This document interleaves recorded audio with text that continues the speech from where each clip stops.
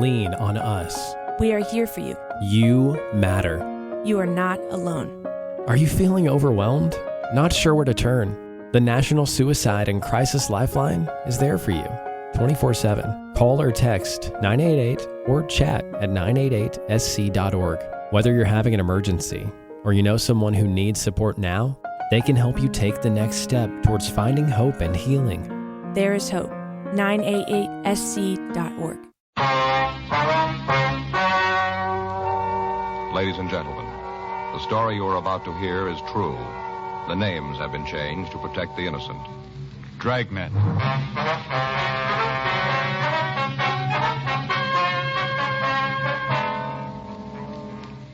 You're a detective sergeant. You're assigned a robbery detail. A gang of truck hijackers has been working in your city. They've stolen 14 loaded trucks. They've kidnapped and beaten one of the drivers. There's no clue to their identity. Your job? Get them.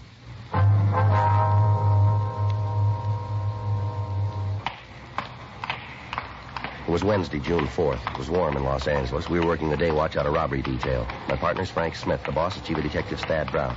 My name's Friday. We were on the way out from the office, and it was 9:47 a.m. when we got to the county hospital. Ward 419. Hi. Mr. Gilmore? Yeah. I know you guys? No, sir. We're police officers. This is my partner, Frank Smith. My name's Friday. How you do, sir? Hello. A couple of stools over there. Drag them up. Sit down. I'll get him. Here you go. Thanks. How do you feel, Mr. Gilmore? Rough. Real rough. Feel like I've ridden 50 miles in the back of a ready-mixed cement truck. Weren't for the pills they'd be giving me, I think I'd go off my rocker. Mm-hmm. You want to tell us what happened? Yeah, as much as I can remember. Only goes so far, then there's a room full of black. If you'll tell us what you can, please. Yeah.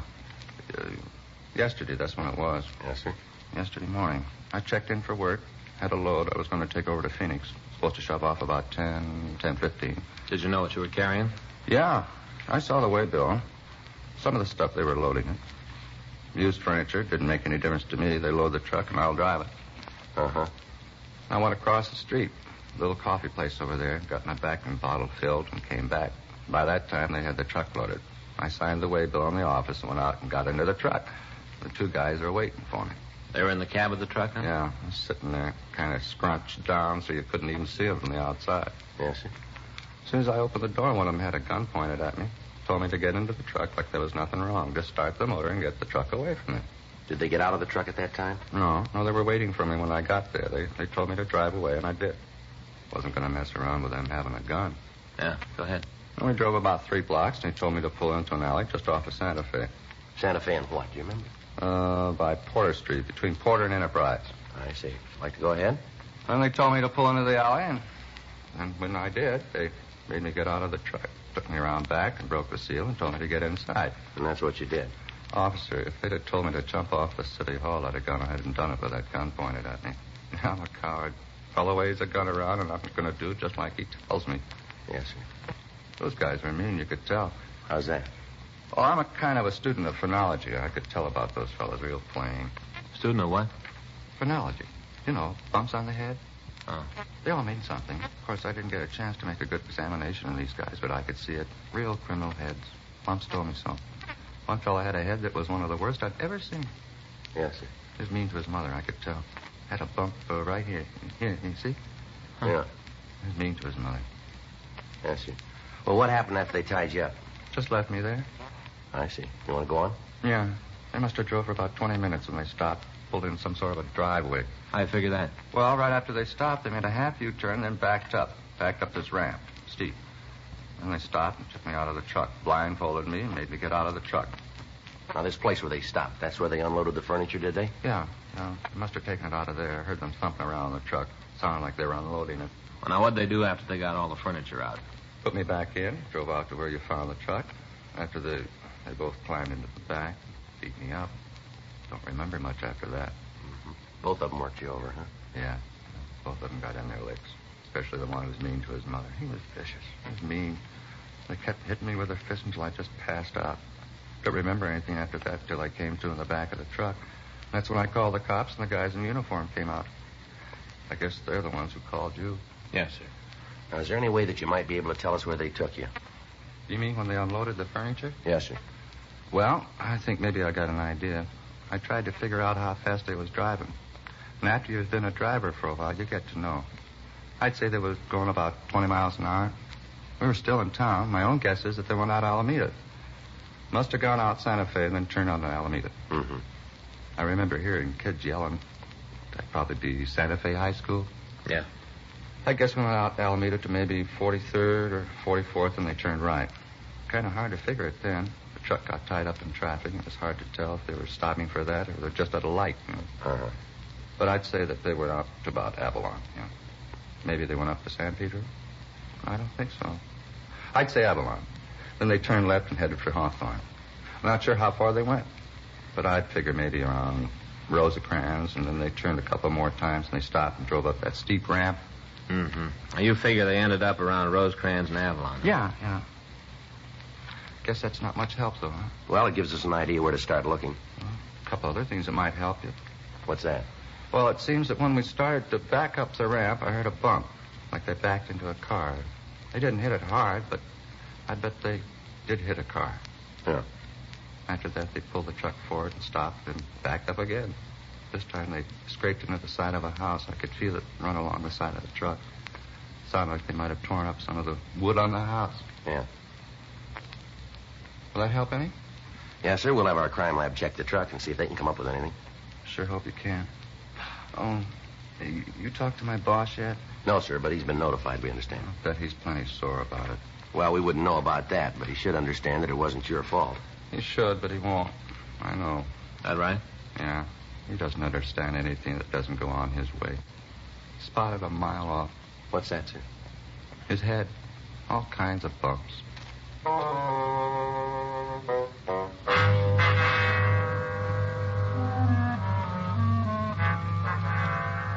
10:06 a.m. We continued to question the victim, Russell Gilmore. He gave us descriptions of the two men who'd kidnapped him. He also told us that at one time he heard one of the men call the other by the name Leo. Further, he told us that when the two bandits had taken him from the truck, they'd placed him in a garage. He was able to feel the wall, and he said that he was sure it was a plaster wall, inasmuch as he could feel the studs and the wire holding the plaster. He said that at one time he heard a woman come out of a house and say something to the thieves while they unloaded the truck. He told us that the garage wasn't very large because there was no echo on the sounds that were made in the building. We called the office and got out a supplementary broadcast on the thieves carrying their descriptions. 10:40 a.m. Frank and I left the county hospital and drove over to Central Station. We went up to the crime lab and talked to Ray Pinker. On the right rear fender, we found evidence that the truck had hit a car. Lifted some paint chips. Got them here. Uh-huh. Looks like a blue car, huh? Yeah. I checked the paint with a Ditcher Production color book. Here, I'll show you. I got all the paints cataloged by color. Uh-huh. Here. This is the one. Yeah, but Ray, there are a lot of blues there. How can you be sure this is it? Well, here. You see they got a color patch on each page in the book? A hole in the patch? Oh, this little hole here, huh? Mm-hmm. Well, we just put this chip we lifted from the truck in the hole. I'll lay it down. Get this lamp. There. Color matches. Get them the same light, and you can see they're the same paint. Huh. Look at that, Joe. Same. Yeah, I see.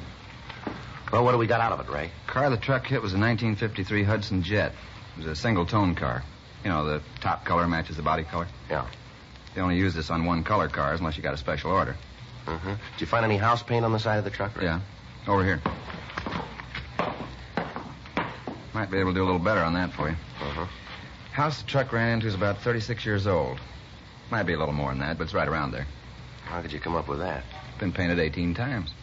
Figure once every 2 years, you come out with 36. Yeah. But how do we know it's been painted every 2 years? We don't, Frank. Just guessing. But the layers of paint are pretty even. Might indicate they did it regularly. You know, didn't let the paint go too far before they redid it. Oh, yeah. Here are the chips of the house paint. Here, I'll put one of them under the microscope. Here, take a look, Joe. Okay. You see okay? I haven't got it. I'll adjust it. Yeah. I see what you mean. I noticed the first coat was a cream white. Mm-hmm. And they stuck pretty much to that for the next half dozen paint jobs. Then they changed to a barn red. Then to a green, then back to cream white. And that goes on for 3 layers, and then to the blue that's on it now. Yeah. Mm-hmm. Well, Ray, if we find the house, can you tell us if it's the same one? It shouldn't be too hard. Aren't many of them around. Well, how many? Well, 18 coats would be 18 factorial. That's multiplying 18 times 17 times 16 times 15, so on to times 1. I got it worked out for you. I hope you have. I'm Here. not with you at all. Here. Well, look. Works out to 1 in 6 quadrillion, 402 trillion, 373 billion, 705 million, 728,000 chances of finding its twin. Oh. That's pretty long odds. Well, if every man, woman, and child on the face of the earth owned 10 houses apiece, there wouldn't be another one like it.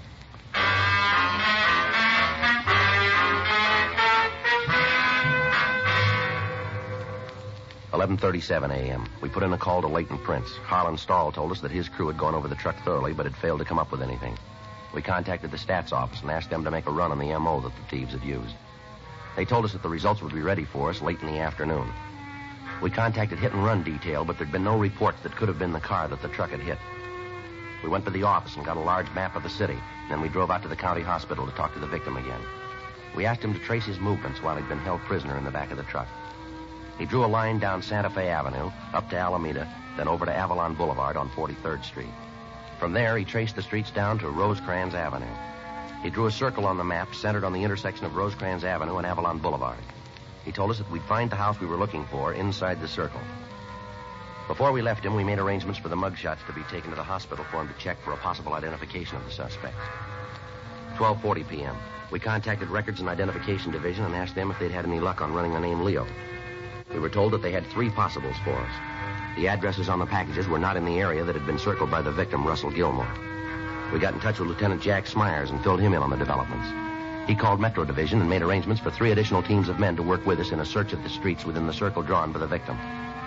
He also contacted the divisional commanders and asked for their cooperation. The men were instructed to find a residence with a steep driveway leading to a detached garage. The house would have a wooden porch on the right side of the house as it faced the street. There would be damage to the wood on the porch. Also, there was a possibility that a Hudson automobile would be parked either in the driveway or on the street right next to it. The car would have some damage done to it. 5:15 p.m. Frank and I got back to the office from the search area. Man, I'm sure tired. Well, I'm with you. A lot of streets out there. Yeah, a lot of houses on the streets. Wonder how the guys from Metro are doing. I don't know. I'll get it. Robbery Friday. Yeah. Wait just a minute. Let me get there. Yeah, okay. Hang on to it. We'll be right out. Right. Well, the Metro boys did some good. Huh? The house. They found it. The address given us on the phone was 1486 Cedar Street down in Compton. It took us 35 minutes to get out there from the city hall. The officers from Metro Division Reserve stood by until we got there. We found the house located on Cedar between Dwight Street and Tawada Avenue. It was a 1-story frame building with a stucco garage in the rear of the lot. On the left front side of the house was a wooden porch which had been scraped by some large object. Several of the pickets in the railing were broken. On the street in front of the house next door, we found a 1953 Hudson Jet painted a light blue. There was a dent in the left rear fender. We couldn't tell for certain, but the color of the car and the color of the paint on the porch seemed to match the chips that we'd seen in the crime lab. While the officers from Metro covered the rear of the building, Frank and I rang the front doorbell. There was no answer. We checked the garage, but we found nothing that would tie the house owners in with the robbery kidnapping. The interior walls of the garage were rough wooden studs. Between them, we could see chicken wire embedded in plaster. The physical description of the house, the ramp leading to the garage itself, and the car parked on the street matched in every detail the picture that we'd been given by the victim. 6:10 p.m. We got the name Conrad Lewis from the mailbox in front of the house, and while the officers from Metro checked it with our office, Frank and I went next door to talk with the neighbors. Yeah? Wonder if we could talk to you, man. Sure. Who are you? Well, it might be better if we got in off the porch. You ain't coming in here unless I know who and what you are. We're police officers. Oh? Yes, ma'am. Here's our identification. Oh, yeah. Well, come on in. Thank you, ma'am. I'm Myrtle Richards. This is my partner, Sergeant Friday. I'm Frank Smith. Oh, how do you do? How are you, ma'am? You just sit down. I'll turn off the television. Thank you. Comedy. I've seen it before a couple of times. I always laugh at them again, though. They're funny. Yes, ma'am. It's a great boon to the people, television. This one's only 12-inch, but I think maybe next year I'll get a bigger one, maybe even color. They got it now, you know. It's true color. It's beautiful. Yes, ma'am. Of course, I ain't actually seen it myself. I just read about it, you know. Beautiful. Oh, I'm a great fan. I got it on all day, right from the early show to the late show. I understand next week one of them stations is going to start an early show. Now, that'll be nice, won't it?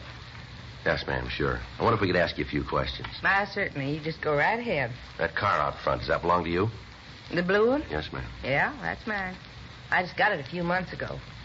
That's what you're here about, huh? I beg your pardon? About how somebody hit my car? Big dent. Isn't that what you're here for? No, not exactly. Do you know who hit your car? No. I wish I did. If I knew, I'd sue him. Imagine hitting a car that's parked right at the curb and not leaving a note or something to say who did it. The person that ran into me must be insured. Wouldn't cost him nothing. All he had to do was leave a card. Yes, ma'am.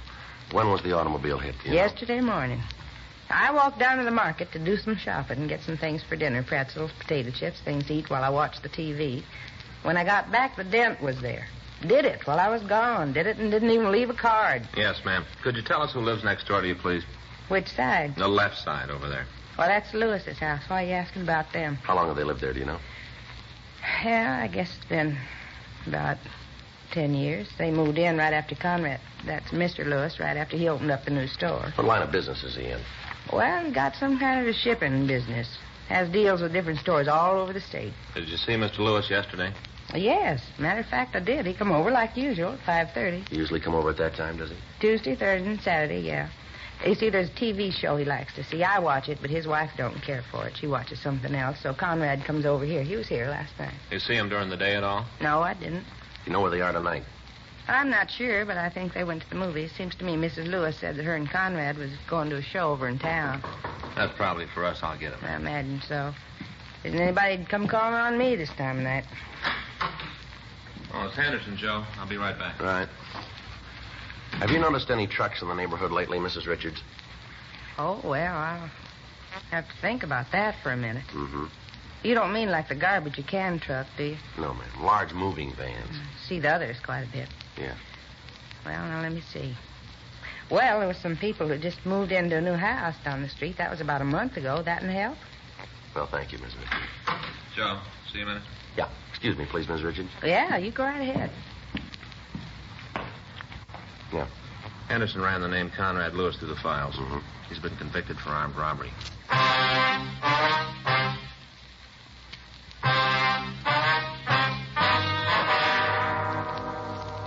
The record showed that Conrad Lewis had been arrested for suspicion of armed robbery 10 years before. He'd been brought to trial, convicted, and sent to San Quentin. He'd served 6 years, and then he'd been released. He was not on parole at the time.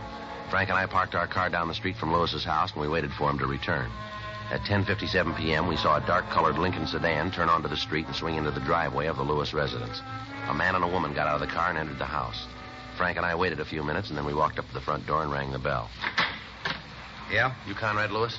Yeah, that's right. Who are you? Police officers. Like to talk to you. Sure, come on in. What's this all about? Something wrong? Do you own a truck? A truck. Do you own one? No. You mind telling me what this is all about? Can you account for your time since Monday night? Why? Can you? Look, I don't know what this is all about, and I'm not going to tell you a thing until you let me know what you want. Now, what do you want? The answers to those two questions. 12:15 a.m. It had been only a little over 48 hours since Russell Gilmore had been kidnapped and beaten, and we had a suspect in custody. However, Lewis refused to admit any complicity in the crime. We talked to him for several hours, but he told us nothing. He admitted that he'd been arrested before and that he'd served time in San Quentin. However, he stuck to his statement that since his release, he'd done his best to live by the law. With the evidence at hand, he was booked at the main jail on a charge of suspicion of violation of Section 211 PC. We obtained the keys to his place of business, and Frank and I went out to check it. It was a large wholesale store selling used furniture. A search of the premises failed to turn up any of the stolen merchandise. While Frank went through the stock rooms, I checked the business ledgers. Nothing back there either, Joe. How'd you do? Well, according to these, Lewis does a big shipping business. That's what the woman next door told us. He's been making shipments up to Oakland regular. Books tell what they were? Yeah, right here. He's been sending large lots of used stuff to a place on MacArthur Boulevard. There's a whole list of it here. Tables, living room sets, TV sets. Better get in touch with the police up there and have them check this place out, huh? Yeah. Without that stolen property, we're not going to have a very good case against him. You got the address of the place up north? Yeah. Let's go back to the office and get a call in. Right. Sure hope they come up with the answers. Well, if they don't, we might be in trouble. Yeah? The DA's office is liable to throw the whole thing out. Thursday, June 5th, 8:20 a.m. We put in a call to Captain of Inspectors Tony Bolger in Oakland and asked him to check on the recipient of the furniture shipment from Lewis. We also gave him as detailed a description of the stolen merchandise as we were able to obtain. In the meantime, Lewis had been admitted to bail and was released. Thursday, 11:15 p.m. Frank and I got back to the office from checking a lead on one of the suspects who'd driven the truck. I got it. Robbery Friday. Yeah. Yes, it is. All right. Tony Bolger from Oakland. Let's hope we called it. Yeah. Yeah, Tony. Yeah? Well, what'd he say? Well, that's the way it looked from here. What? Yeah, right. Okay, thank you. How about it? When he talked to the man who bought this stuff, he's clean. How about the merchandise itself? It's all stolen.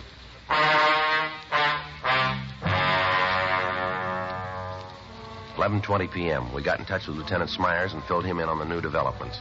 After we talked to him, we contacted Officers Max Herman and Ed Benson and made arrangements to meet them at the house on Cedar Street. It took us less than half an hour to get out to Compton. The other officers were there by the time we arrived. While they covered the back door, Frank and I went up to the front. You think he knows it's us? I don't know. Try it again. Well, the car's in the driveway. We know he's in there. Wait a minute. Sounds like somebody's coming now. Yeah? What are you doing out here? Aren't you guys ever going to get off Mind my if we back? come in and talk? I got a choice? No, you haven't. Well, then come on in. You want to go through the house again? That won't be necessary. Yeah. Well, I'm glad of that. What's it about this time? Same as before. Maybe you better spell it for me. We can go that route if that's the way you want it. Go ahead. I like fairy tales. All right, we got a report from a victim who was robbed and kidnapped. He was able to give us a description of this house, of your garage, and of the whole setup. You've been on a spike again. You're seeing things. We took a sample of the paint from your front porch. It matches paint found on a truck that was hijacked. A lot of houses in L.A. Not painted like this one. You think you're going to send me to the joint with a batch of paint? It's going to help. Look, cop, you know I've been the rounds. I've seen enough trouble to know it's rough to get a conviction with circumstantial evidence. That's all you got with me, nothing more. Now, why don't you go home and I'll just forget you were here tonight? We got the plant. What? We got the plant. They moved in on it. The man you sold the stolen furniture to is willing to testify. You know we got you cold. Now, why not cop out? That's the way it hangs, huh? That's the way. All right, I'll get my coat and go Just with point it out. We'll get it for you. you. In the closet. Never mind. He's making a point of it. Outside. He's in his car. Yeah, come on.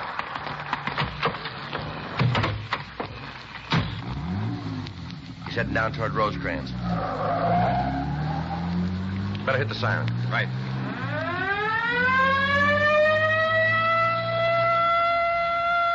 He's turning onto Rosecrans. Take a left. I got him. See him? Wait a minute. Yeah, up ahead there. Try a shot? Better not. Too many people around.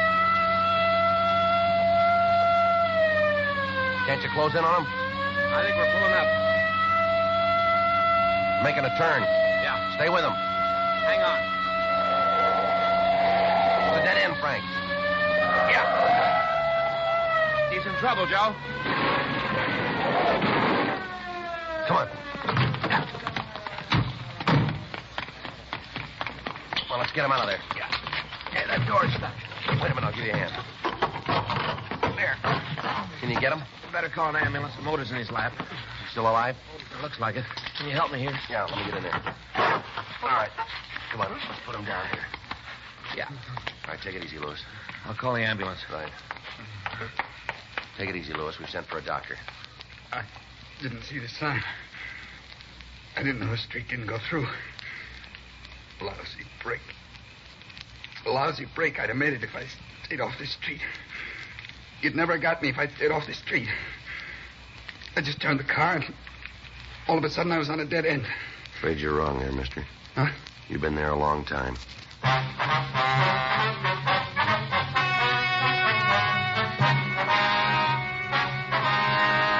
Conrad Austin Lewis and his Confederates were apprehended and brought to trial on 11 counts of grand theft auto and 1 count of kidnapping. They were found guilty and sentenced as prescribed by law.